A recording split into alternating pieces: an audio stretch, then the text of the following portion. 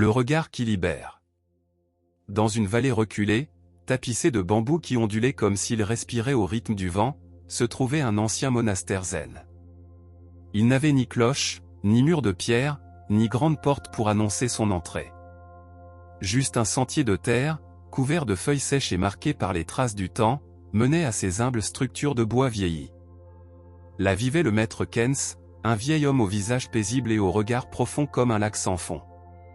Sa seule présence suffisait à apaiser l'esprit de quiconque croisait ses yeux.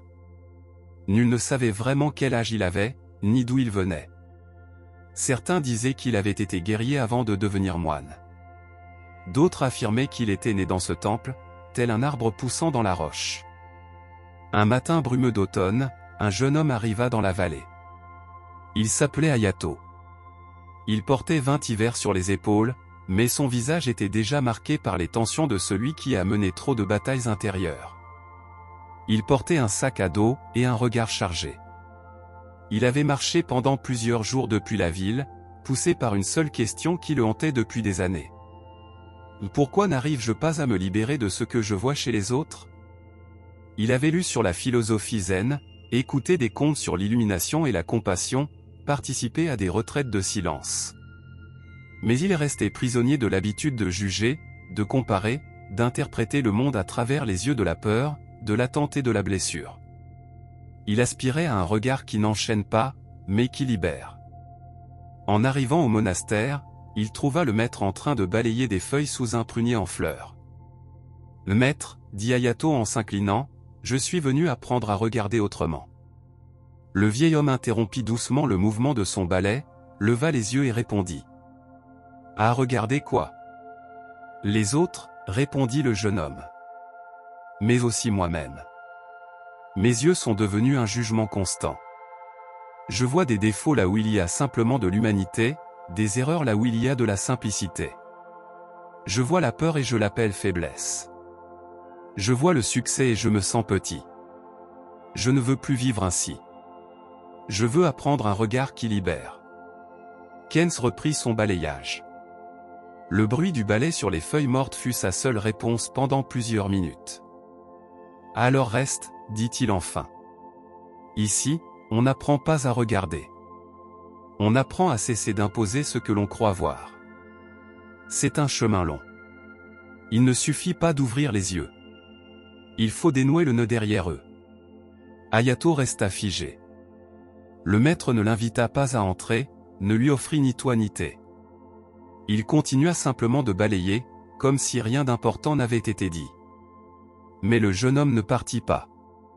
Il y avait quelque chose dans cette scène qui commençait déjà à dissoudre ses jugements, la paix sans effort du maître, sa présence sans besoin de prouver quoi que ce soit, la manière dont la poussière dansait dans l'air, comme si même la saleté avait le droit d'exister.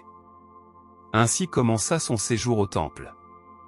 Les jours suivants furent silencieux. On lui assigna un coin pour dormir et des tâches simples, couper du bois, porter de l'eau, nettoyer les dalles de la cour. Personne ne lui expliqua rien. Personne ne lui posa de questions.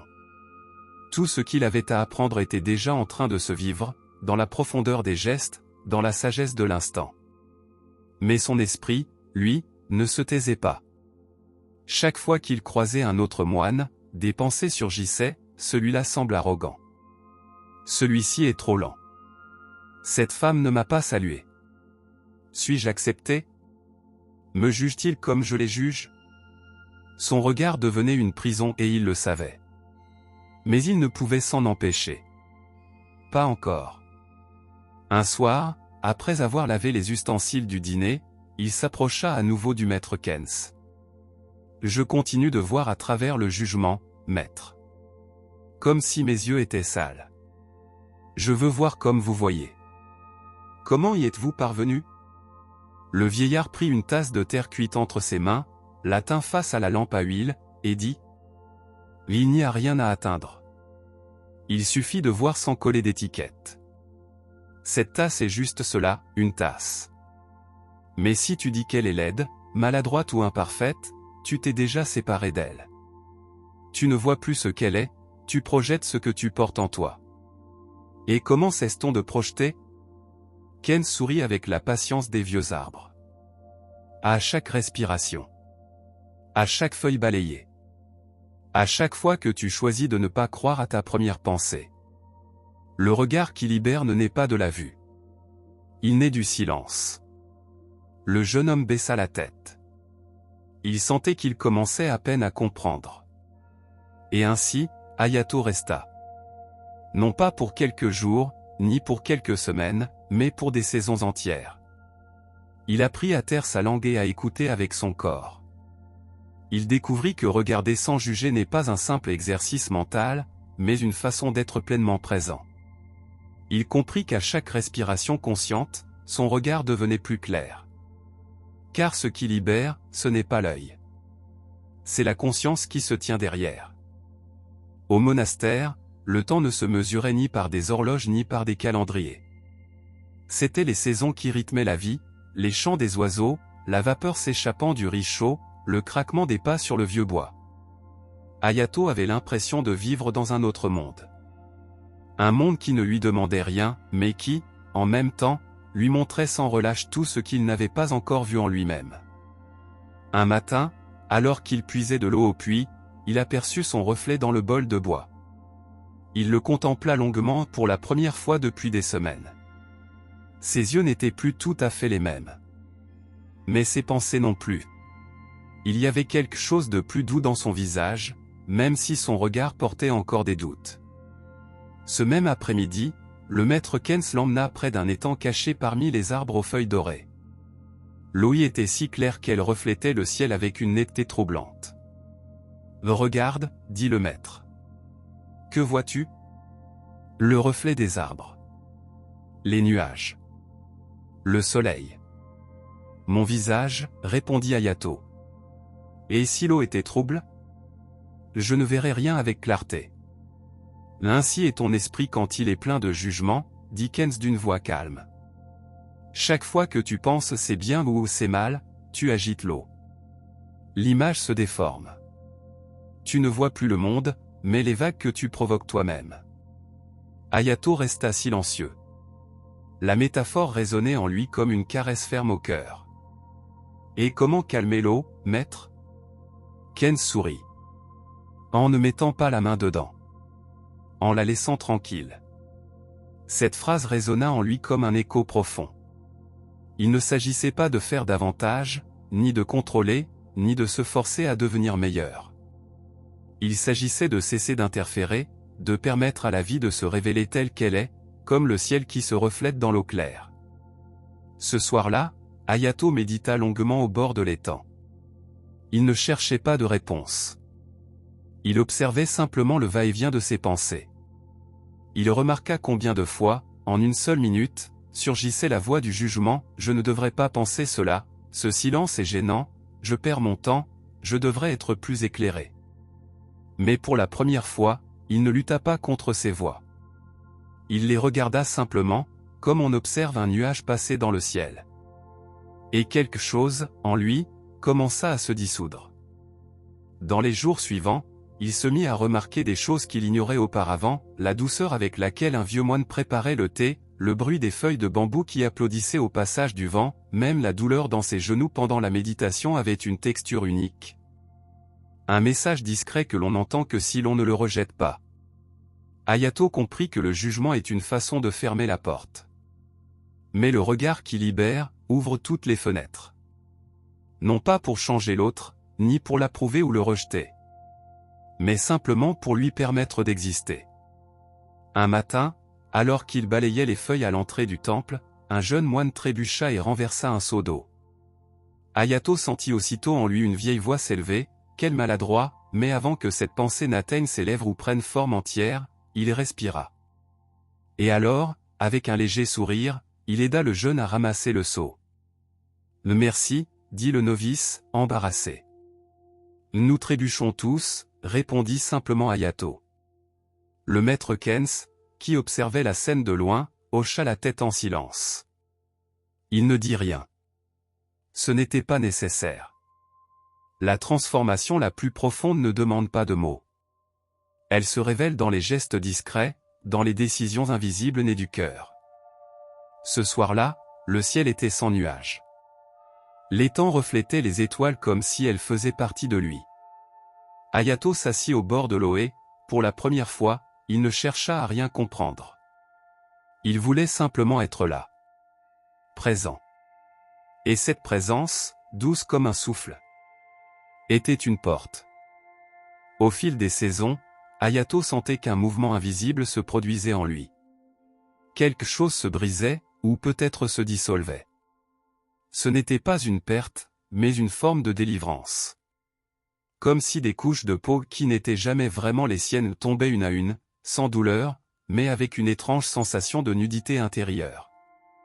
Par un après-midi froid, le maître Kens lui demanda de l'accompagner jusqu'à une petite cabane, nichée au fond de la forêt, là où les novices ne s'aventuraient presque jamais. Le sentier était étroit, parsemé de racines tordues et de branches mortes.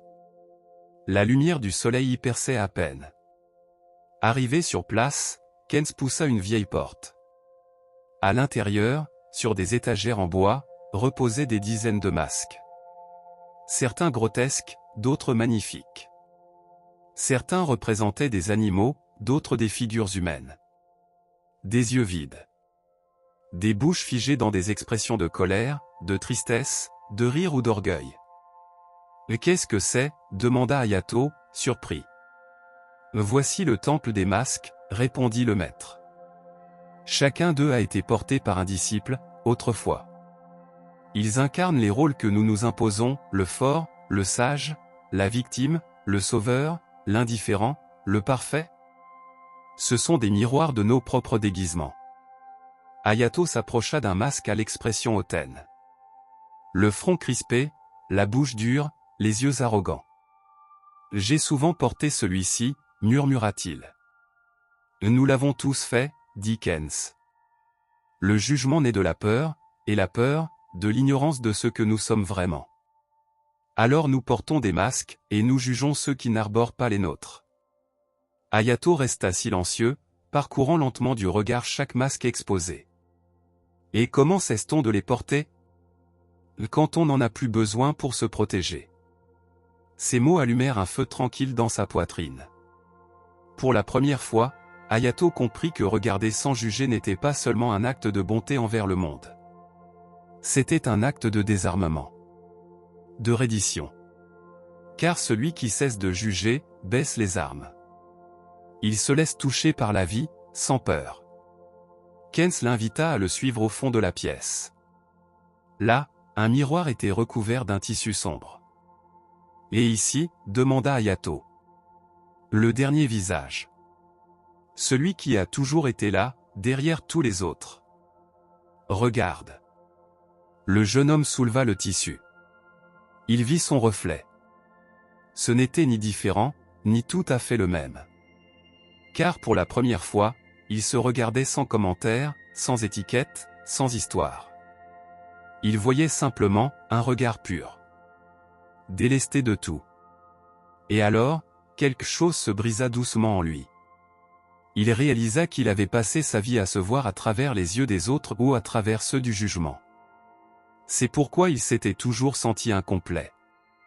Mais dans ce reflet, dans cet instant sans pensée, il se vit comme on voit l'eau, sans forme, mais totalement présent.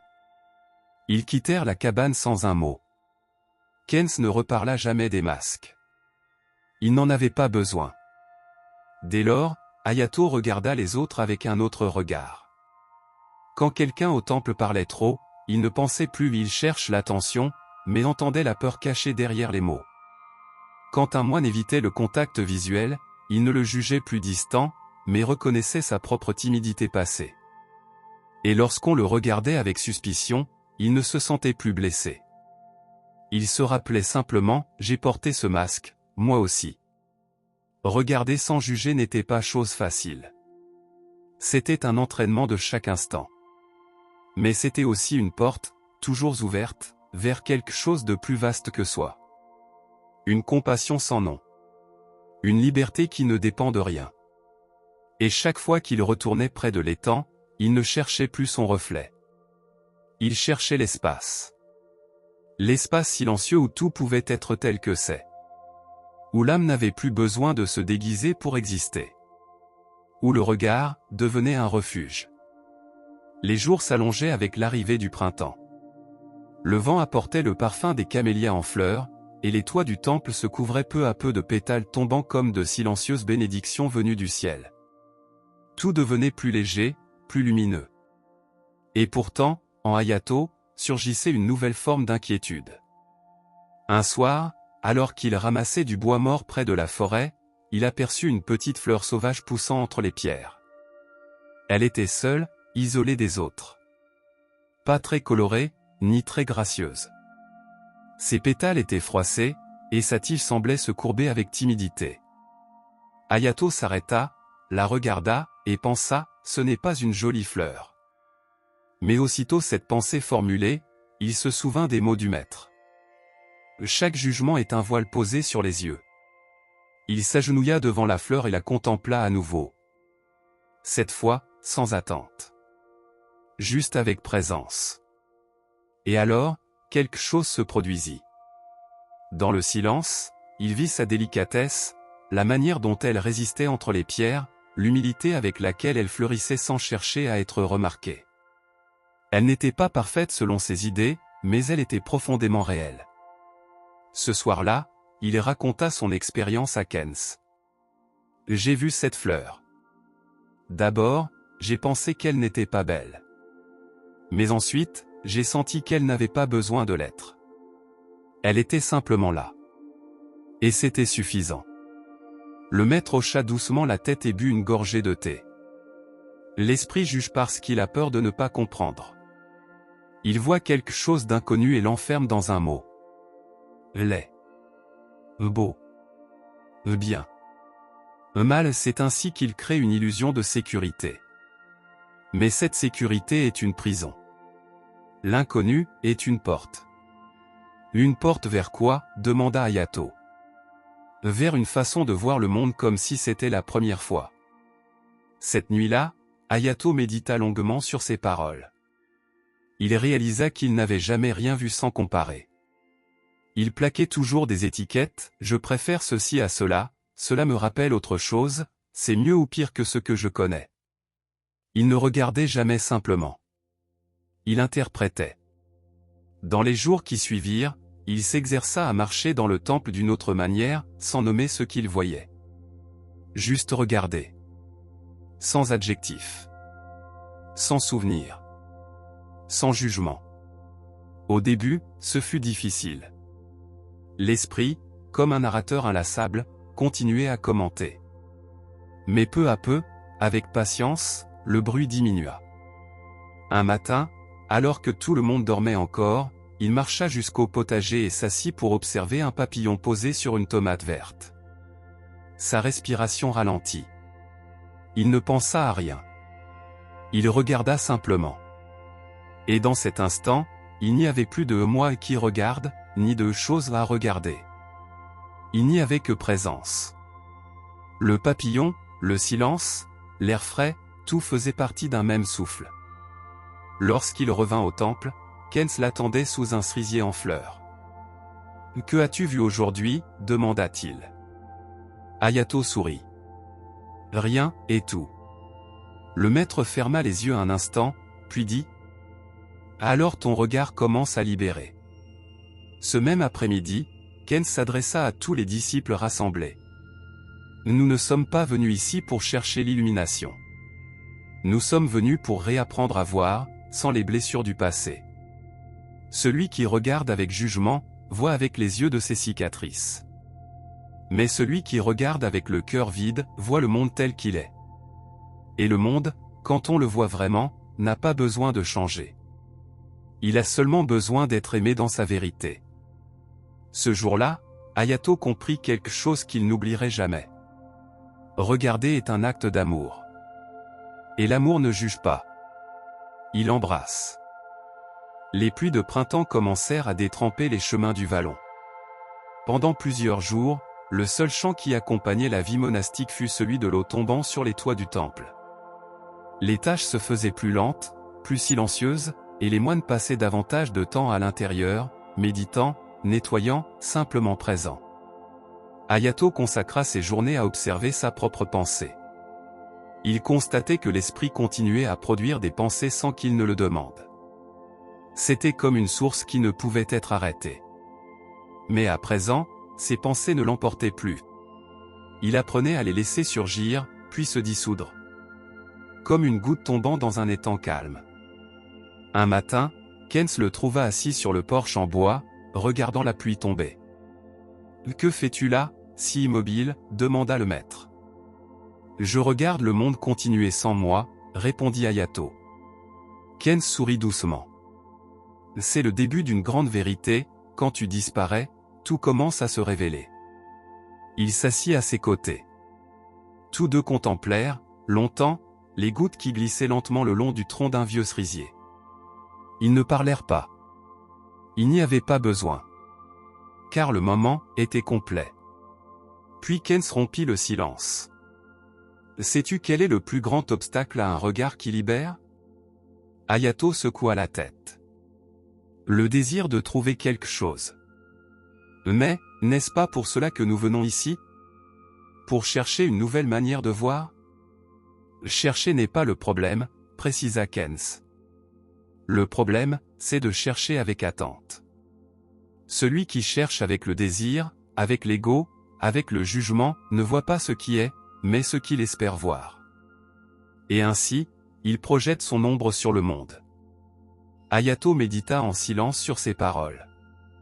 Il se souvint de toutes les fois où il avait attendu trouver des réponses, la paix, l'illumination. Et dans cette attente, il avait oublié la beauté de ce qui était déjà là, silencieusement offert à son âme. Alors, que dois-je faire, maître? Keynes ramassa une feuille tombée du toit. Il la tint en l'air et dit. Fais comme cette feuille, laisse-toi tomber. Cesse de t'accrocher à tes idées sur ce que devrait être la vie, ce que devraient être les autres, ce que tu devrais être toi-même. Alors peut-être, ce regard libérateur ne sera plus le tien. Ce sera la vie elle-même qui se regardera à travers toi. Hayato ferma les yeux. Il sentit que cette vérité n'avait pas besoin d'être comprise par l'esprit. Il suffisait de la laisser s'enraciner, comme une graine silencieuse dans le cœur. Ce soir-là, en nettoyant les étagères de la salle de méditation, il découvrit un vieux rouleau oublié dans un coin. Il le déroula avec précaution. Un haïku y était inscrit à l'encre effacée. Ne cherche plus rien. Quand les yeux se taisent, l'âme s'éveille. Il roula le parchemin avec douceur et le reposa exactement là où il l'avait trouvé. Cette nuit-là, en s'allongeant sur son humble futon, il ne pensa ni à son progrès, ni à son cheminement, ni à savoir s'il était plus proche de, voire sans jugement. Pour la première fois, il se permit simplement de ne pas savoir. De ne pas définir. De ne pas mesurer. Et ce geste intérieur, discret et profond, fut une porte invisible qui s'ouvrit. Il rêva qu'il marchait dans une forêt sans nom. Et les arbres n'étaient pas des arbres. Le ciel n'était pas le ciel. Tout était. Une seule respiration. Un regard pur. Qui ne séparait rien. Au réveil, il comprit. Ce n'est pas moi qui regarde. C'est le silence, qui voit. Les jours étaient devenus plus légers. Pas à cause du climat, mais à cause de Hayato lui-même. Quelque chose s'était relâché en lui, sans qu'il puisse dire quand. Il ne luttait plus pour tout comprendre. Il n'avait plus besoin de mettre des mots sur ce qu'il ressentait. Chaque jour était comme un bol vide. Rempli simplement par ce que le vent apportait. Le cri d'un corbeau. Le frôlement d'une branche. Le craquement du vieux bois sous ses pieds nus.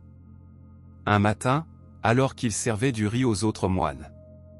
L'un d'eux, Arène, un nouveau disciple, impatient et un peu brusque. Souffla bruyamment en voyant que son bol n'était pas rempli jusqu'au bord. « C'est tout » lança-t-il, agacé. Autrefois, Hayato aurait réagi avec irritation, avec jugement. Ou bien avec un faux sourire pour cacher son malaise. Mais ce jour-là, il le regarda simplement. Pas le personnage. Pas la plainte. L'être humain derrière.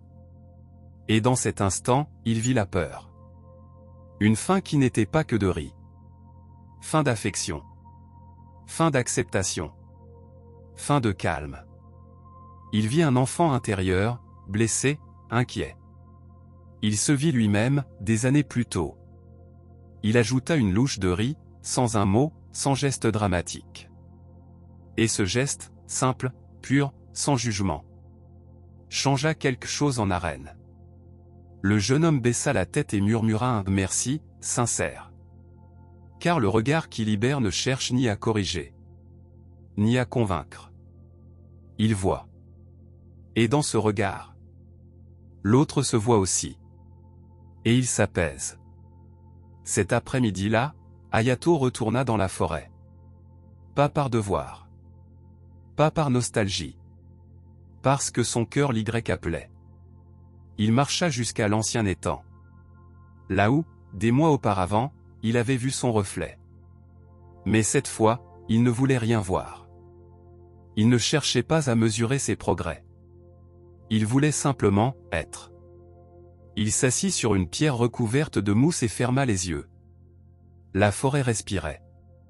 Il n'y avait plus de séparation entre le chant lointain des grillons, la goutte d'eau tombant d'une feuille, et les battements lents de son cœur.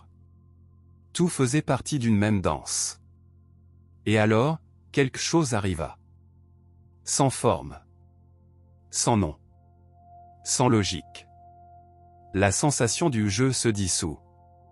Ce ne fut pas une perte, mais une expansion. Comme si le jeu était une petite flamme. Et qu'elle s'éteignait doucement, laissant place à l'éclat du ciel tout entier. Ce n'était pas Hayato qui écoutait la forêt. C'était la forêt qui s'écoutait elle-même à travers lui. Il ne pensa pas « je me suis éveillé ». Il ne commenta pas. Il n'interpréta pas. Il cessa simplement d'être séparé de ce qu'il voyait. Et en rouvrant les yeux, son regard était vide. Pur. Sans filtre. Il n'y avait plus de ceci et de cela. Plus de jugement. Même plus de compréhension. Seulement la vision. La pure présence. Il rentra au temple alors que le soleil se cachait derrière les montagnes. Le maître Ken s'était assis devant le feu. Comme s'il l'attendait. Il ne posa aucune question. Il lui tendit simplement une tasse de thé. Hayato s'assit à ses côtés, prit la tasse entre ses mains, et dit « Je ne sais pas ce qui s'est passé, mais c'était comme si le monde me regardait. » Pas l'inverse. Ken sourit en regardant les braises. « Alors ton regard ne t'appartient plus. Il appartient au tout. » Le silence s'installa. Pas un silence gênant. Un silence sacré. Car il y a des choses qu'aucun mot ne peut contenir. Elles ne peuvent qu'être regardées sans jugement. Et dans ce regard, elles sont libérées.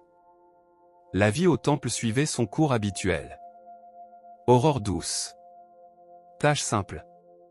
Silence profond entre chaque son. Mais quelque chose avait changé. Pas dans le monde extérieur, mais dans la manière dont Hayato l'habitait. Autrefois, chaque détail éveillait en lui des questions, des comparaisons, des doutes, des émotions. À présent, chaque instant suffisait à lui seul. Un bol vide. Une ombre sur le sol.